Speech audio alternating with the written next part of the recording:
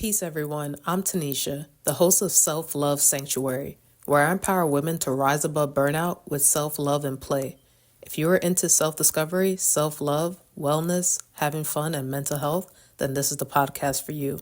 Welcome. What's going on, family? Welcome back to another episode. And I want to dive right into today's episode. I'm going to be sharing with you my story, my signs of burnout within me, how I've been moving with it, and a book that was really pivotal during my hard times of burnout. So I want to just start off with how I realized I had burnout. But of course, at the time, I didn't know that I was going through it, but I knew I felt off. And that to me is my biggest sign when things aren't going right, when I just can't function the way I normally do. So I'm a very hyper person.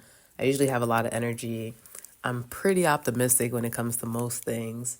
And when it comes to my brand, Miss Wellness LLC, the wellness empowerment coach, the woman that you're hearing speak to you, I'm pretty clear, confident, and ready to just jump at anything. I'm very, I guess I would say, aggressive, but in a way that I just want to go after what I want and what I believe in. And I'm very much driven and ambitious in my business and wanting to be the best that I can.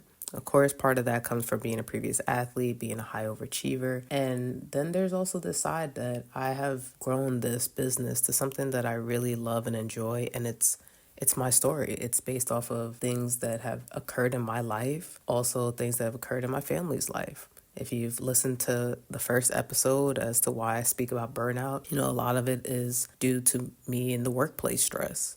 And then it has evolved and different layers of unpeeling the onion. And if you haven't listened to the first episode or the first couple, please go back and listen to that so you can understand the story. So for me, it was around 2023 when burnout came again, because it's just something that sometimes it sneaks up on you when you're so busy. And for me, I was coming off of a year where I was doing so much networking. I really wanted to give my business the best chance that it had. So every day I was doing probably 5 to 6 coffee chats with different business owners. On top of that, I was doing some workshops, some collaborations with people for either a retreat or trying to plan a retreat. And then after that, by the time it hit 5, 6, I'm like, oh, I got to do some content too. And so I would be batching my content and doing email marketing. It was a one-woman show. I was okay. In the time, I was in what I would consider my hyperactivity mode. I'm now realizing that's a sign that I have to look out for within myself when I am just laser focused and all I'm thinking about is my business. I wasn't really going out. I wasn't really socializing. And it's not because I didn't really want to. There was a part of me that was still in hermit mode, and I believe that I was honoring that. But I just didn't really feel the need and the pull. I'm learning to be very in tune with my body. And when I'm ready to go out and be outside, I feel that energy and I'm excited to go do it. And I didn't have that as much last year. My focus was really on having this Radiant Souls retreat and finding ways to get my business out there.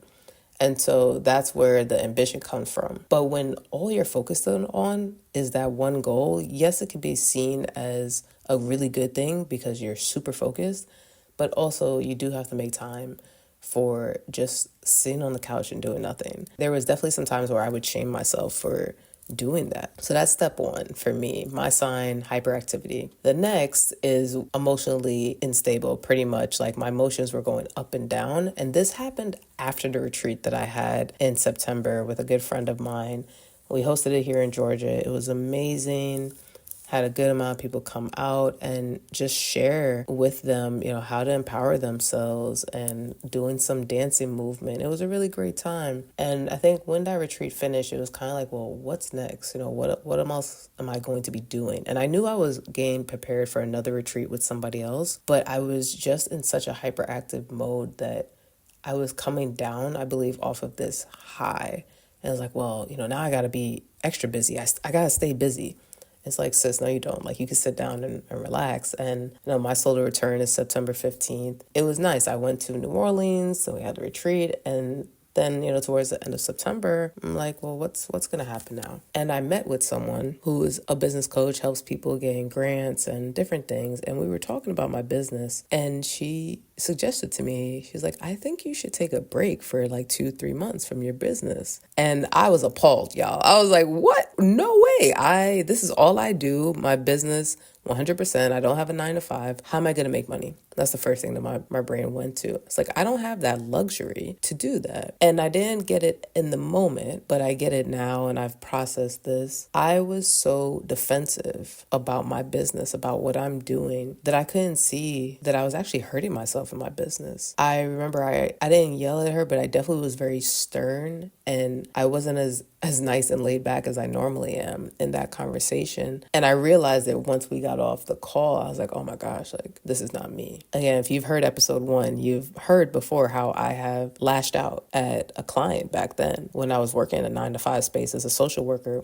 So that is a sign. It's when my emotions are up and down, that is a sign of burnout for me. Because normally I'm very level-headed. I don't really come out my face to people. It's just not really in my nature unless I feel that fear, defensiveness, something is going on inside of me and I'm not realizing it. And it's coming to the surface in conversations that are very sensitive for me. And my business was very sensitive at that time because I didn't know what to do. I was having some reservations. Things weren't really moving as how I would have liked them to. So when she said that, I was just like, no, there's no way. So sign number 3 for me was sleeping, but still being exhausted. I was still working a lot, doing more networking meetings, planning for the next retreat with someone who I was collabing with. And I was like, I can't do this certain days. I just didn't feel like working. But I knew I had to, because how else am I going to be able to, pay for my groceries and live my lifestyle and all the things that we're taught. And so I was struggling with that. And at night, my thoughts would just be wandering. And sometimes I'd have a good night's sleep. Sometimes I didn't. And then there was just so many times where it felt like I need a nap and I might take one, but then I still felt like crap. And so that was bringing my energy levels all the way down. There came a point where around January of 2024, the person who I was collabing with for the retreat, we decided not to go forth with it. We were just having some clashing on what we thought this retreat would be. And I was devastated because I put all my focus again on, something in my business, on this retreat. And here is this stop, this resistance. And I was like, I don't know why this keeps happening. But of course it keeps happening because I'm not in alignment with what Most High has for me. And I'm not in a space to receive. And I pause on purpose. I'm not in a space to receive. Have you ever felt like that? Where you're working hard for things, but you're not seeing the outcome. And sometimes you are not meant to see the outcome yet because you're not ready for it. And it's the hardest thing that I've had to learn in 2024. It has kicked my ass so many times, but I'm now understanding. And what I needed was rest. My body needed me to chill. The next sign for me was physical pain. So when you are having so much emotional things going on inside of your body, that's the first sign. And are you in tune with yourself? Can you notice it? And if you can't, then the body manifests that into pain. And for me, that pain turned into lower back pain. It turned into shoulder pain. I went to go play basketball one day in January and my shoulder was so stiff and my neck, it ached me for weeks. And then my hip started killing me to the point where it was so hard for me to walk. And I'm a very active person. When my physical health was diminishing, I really didn't know what to do and I was in a very dark place. But if you see these signs that I have been dealing with burnout, didn't just start with the physical. My body was giving me the warning signs like, hey girl, we need you to slow down. Are you listening? But I wasn't, because I was like, I got to get to the money. And that physical pain lasted for about 3 months. I couldn't work out at the gym for. And it was the hardest time that I ever had, because that is my biggest outlet, is moving my body. It's how I have fun. It's how I help overcome burnout within myself. I couldn't dance, had trouble walking up the stairs. And you go back to the middle of the story where this woman told me to take rest for 3 months. Because, during the wintertime, it's really hibernation anyway. And I refused to. I was like, no. I would give myself certain days where I relaxed, but weeks on end, no, it wasn't happening. My body did it for me anyway. And that's, in a way, the beautiful part about our bodies is that they will take what it what it needs for us. It's in our best interest.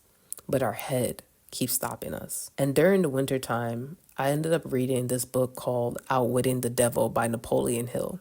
It's a self-help book and it reveals the secrets to overcoming fears and negative influences to achieve personal success. And I had so many negative thoughts about why my body was shutting down on me, all these fears and failures that were going on in my business.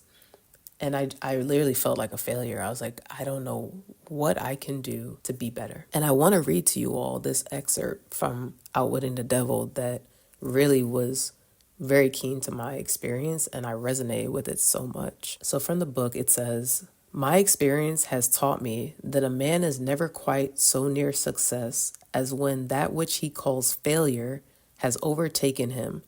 For it is on occasions of this sort that he is forced to think. He thinks accurately and with persistence. He discovers that so-called failure usually is nothing more than a signal to rearm himself with a new plan or purpose. Most real failures are due to limitations which men set up in their own minds. If they had the courage to go one step further, they would discover this error. A negative mindset and self-doubt can be the primary obstacle to success. With the current economic downturn, far too many people who have all their life done everything right are now for the first time facing severe economic adversity. The greatest barrier to their recovery is their own fear and self-doubt instilled by their recent experience." Man, when I read that, I was like, this is me. All these failures due to limitations which are set up in my own mind. The devil is me. I always say that my intuition, I call it fresh air, and my devil version, it's like a pit bull. It's just this ferocious dog that just keeps barking, kind of like almost like a DMX, just like barking in your ear, making these sounds. And I'm like, oh my gosh, I don't know what to do. I can't get out of my own way. And that's what 2024 has felt. I can't get out of my own way. When I know that when I rest and I focus on me, things get so much better. The person who's speaking to you on this podcast today is on the other side of her burnout, but it has taken time. And I think that this is the hardest lesson of this season of burnout that I experienced, because I hadn't had it in a couple of years. And the first time I had it was when I worked a 9-to-5. Having it as an entrepreneur was a totally different experience. And so now having all these tools and really recognizing what it is within me, because there's many definitions for burnout and the signs to look out for. But when you can recognize it in yourself and you have that awareness, that is major. I've written out these signs that I'm sharing with you because now it's something that I have to be aware of and I have to look out for when I realize that I'm maybe going down that path. Okay, and now how can I avert this situation? One of the biggest things is self-love, my mirror work, my affirmations, moving my body. Now I get to move my body 6 to 7 days a week, and I am so grateful because I know what it feels like to not move my body. I now stretch before I go to bed. I speak to myself with kindness. And it doesn't mean that the devil doesn't pop back out every once in a while. I don't want to seem like I'm perfect because I'm not. But what I do have are these tools that help me live better each and every day. And that's what I want for all of you listeners on this podcast, is to find ways for small, sustainable habits to live better, to feel better, to be more in your power, to wake up and say that today is a good day and feel that energy. You can make each day a good day if you choose to, or you can live in your sorrow. And I'm here to tell you that living in your sorrows is really tough. So I hope that this podcast has given you a little bit of light while I'm constantly on here speaking to you all and sharing my wisdom and helping women reclaim their health and fall back in love with themselves through mindfulness, wellness, and fun techniques. So until the next time, family, I hope that you take care of yourself. I hope that you remember that you are the prize. You are the number one person in your life that you have to focus on so you can be able to pour your cup for other people. And if you haven't downloaded your free gift, I have an anti-burnout recipe ebook that I created, and I'm really excited because food is medicine, and that has been really helpful on my journey as well. So definitely download, check it out. And if you aren't subscribed, hit that bell and subscribe to this podcast and share it with a friend. Until the next time, tribe, peace and love.